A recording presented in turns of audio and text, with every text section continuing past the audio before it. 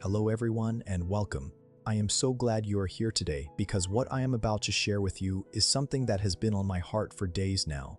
Since I received this testimony and I could not hold it any longer. I believe with everything in me that God ordered your steps to this video today. You did not stumble on this video by accident. Before I get into it, I want to take a moment to greet every single one of you watching right now. Whether you are watching from the United States, from Canada, from Nigeria, or from wherever God has you planted in this earth, you are welcome here. This is your home. Let me know in the comments right now and tell me where you are watching from. We would love to connect as one family. If you have any prayer request, kindly leave it in the comments section. Now listen and be blessed as I share this testimony with you. My name is Rose Brennan. I was born and raised in Vancouver, British Columbia, and I have been living in the United States for the past 8 years, working as a registered nurse. I want to say something before anything else. I am not someone who does this.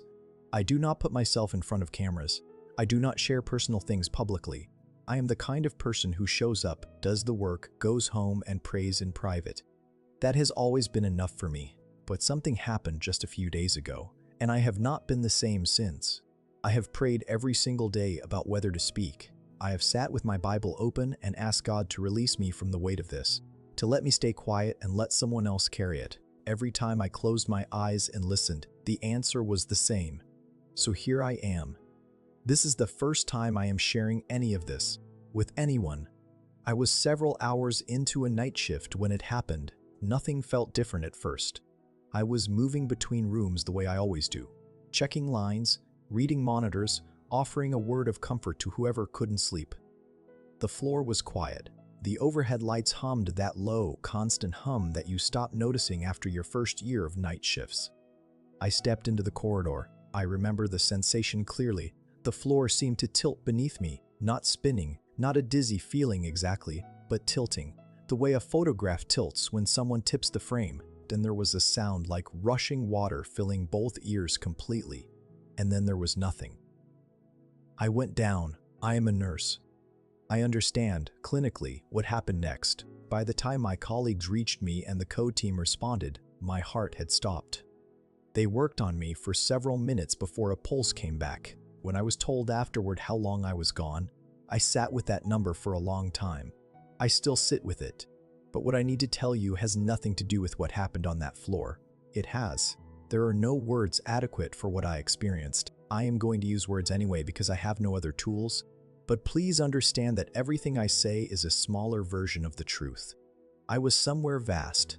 There was no darkness anywhere, but it wasn't light the way we understand light in this world. It was luminance that seemed to come from within everything, as though the air itself had been woven from something alive.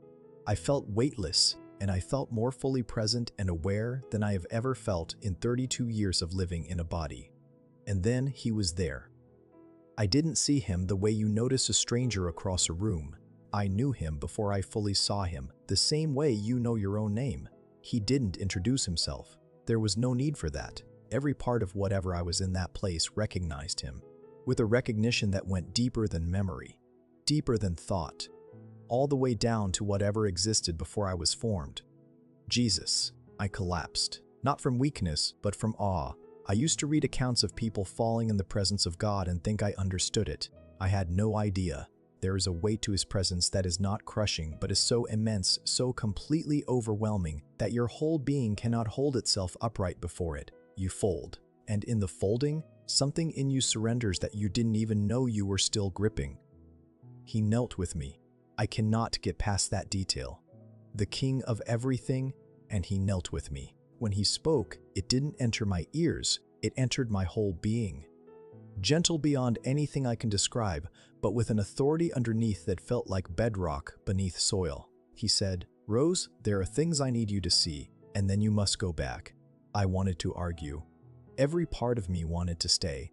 I had never felt peace like that in my entire life, and the thought of returning to the fluorescent hum and sterile smell and the weight of a body, it genuinely hurt. But he'd already extended his hand, and when I took it, everything around us changed. I am going to describe what I saw as plainly as I can. I have no interest in being dramatic. What I witnessed was dramatic enough on its own. The first thing I saw was the earth moving. Not a minor tremor. I was watching from above, or what felt like above, and I saw fissures splitting open across what appeared to be a densely populated area. Buildings didn't fall the way they do in movies, all at once and spectacularly. They leaned. They cracked from the base upward, slowly, like something ancient finally giving way after bearing too much for too long. Highways buckled into waves. Water mains ruptured beneath streets. Dark columns of water erupting through asphalt. What gripped me wasn't the destruction. It was the silence. I could see people in the streets, and I understood they were screaming, but I heard nothing except a deep, sustained groan that seemed to rise from beneath the world itself. It sounded like the earth was in pain, which I thought, I know from Romans 80, is exactly what Scripture says. He said quietly beside me, "The foundations men have placed their trust in are being tested, not to destroy them, to reveal what was always underneath." The scene changed, and I was at what felt like a coastline. The sky was that deep, bruised green color that anyone who has lived through serious weather instantly recognizes. The ocean was retreating, rapidly, impossibly, pulling back from the shore and exposing wet sand and stranded sea life as far as I could see. People on the beach were confused first, then curious, then running. What came behind the retreating water was enormous. I won't try to quantify it because I don't have language for the scale. Inland areas flooded. Communities that had stood for generations simply ceased to exist. Highways disappeared underwater. The accumulated ordinary life of thousands of families, homes and livestock and memories and routines erased in what felt like minutes. I turned to him and just said the word, "Why?" Not with anger. I was incapable of anger in his presence. Just the raw, honest question. He answered, "I am not the author of suffering, but I am present inside every single moment of it, and I will not waste any of it." This one was quieter than the others, and somehow the most unsettling. I was looking at a city from a distance, the way you see a city at night from a plane, that warm grid of amber and white light. Then, section by section, starting from one edge and moving steadily inward, the lights went out, not flickering, not sputtering, just off, like someone drawing a dark curtain across the grid, quadrant by quadrant, until the entire city was black. Then neighboring areas followed. Then more. I understood, the way you understand things in a place where understanding arrives complete rather than assembled. That this was not simply a power outage. Communications had failed. Supply systems had fractured. The infrastructure that modern life is built on had been broken in ways that would not be quickly repaired. I saw hospitals in that darkness. My people, the patients I spend my nights watching over. And I understood immediately what that meant for them. That part was almost too much to hold. He said, "When the systems that comfort them fail, many will finally look up. My people must be ready to be found." This was the hardest one.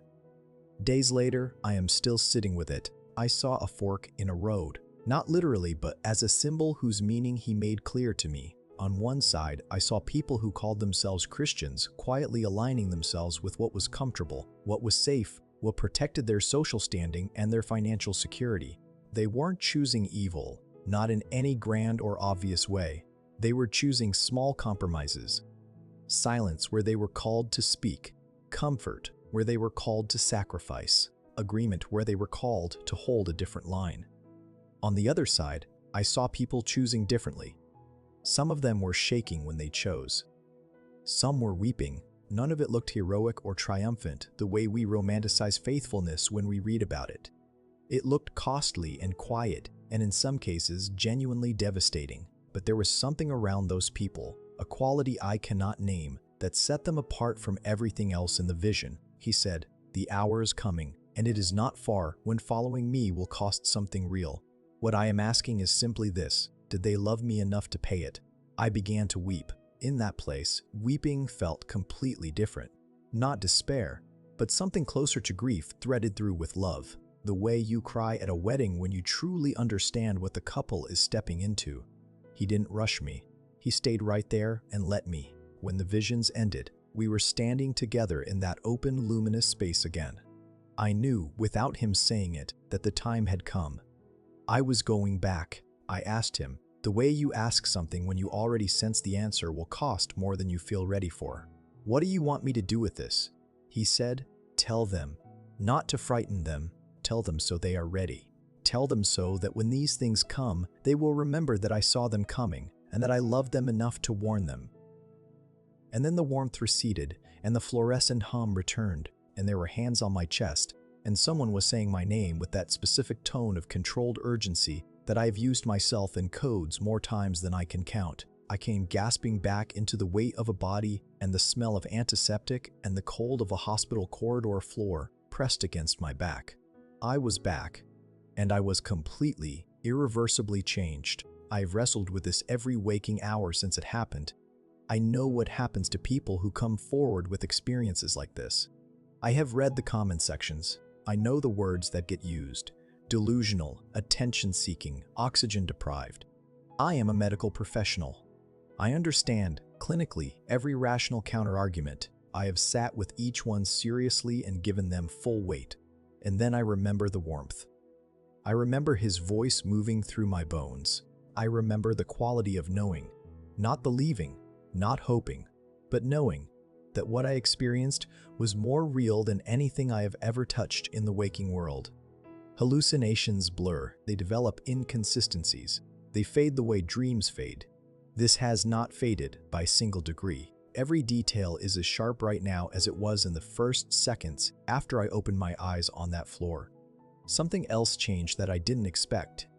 The fear is mostly gone, not the practical, ordinary kind. I still look both ways crossing a street, but that deep ambient dread that runs underneath modern life, that low hum of anxiety about what's coming and whether any of it means anything.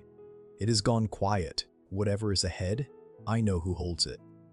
I saw him. I was held by him. That changes everything. I was not given dates. I want to be honest about that, but I was left with a deep, settled impression that what I saw is not distant. The sense I carry is months, not lifetimes. And the purpose of the warning, he made this clear, is not panic, it is preparation, spiritual preparation above everything else. I thought about staying quiet. I genuinely considered it. But then I kept returning to the fourth vision. I kept thinking about people quietly choosing compromise because no one ever told them what was at stake. I thought about him saying he loved them enough to warn them, and I thought if he trusted me to carry this, then silence is its own kind of failure. So I chose to speak. I don't ask you to believe me. That is between you and God, entirely. What I ask is that you take it to him yourself. Sit with it. Pray over it. Let him speak to you about what it means for your own life. He knows your name the same way. He knew mine before you ever knew his, and he is not finished speaking to his people. Whatever is ahead, we were never meant to face it unprepared, and the God who showed me this will see you through. There is someone in your life right now, a family member, a friend, a coworker you've been meaning to reach, who needs to hear this testimony. They may be wandering. They may be quietly afraid. They may be one honest story away from returning to faith or stepping into it for the first time. Algorithms do not carry the gospel. People do. Be that person. Share this video, not for numbers, because someone you love needs the warning. Put it in a group chat. Send it to one specific person on your mind right now. Let the testimony travel the way testimonies were always meant to person, heart to heart. Like this video, it is a small act that carries real weight. Every like tells this platform that faith-filled, unfiltered, spirit-led content belongs in the conversation, and that people are genuinely hungry for something true in the middle of all the noise. Subscribe and turn on notifications, because this is only the beginning. We are committed to bringing you honest testimonies, prophetic voices, and conversations that will equip and strengthen you for what is ahead. We are not here for entertainment. We are here for preparation. If that is what your spirit is hungry for, then you belong in this community. The days coming will require people who are deeply rooted. Decide today to be one of them. We will see you in the next one. Stay blessed.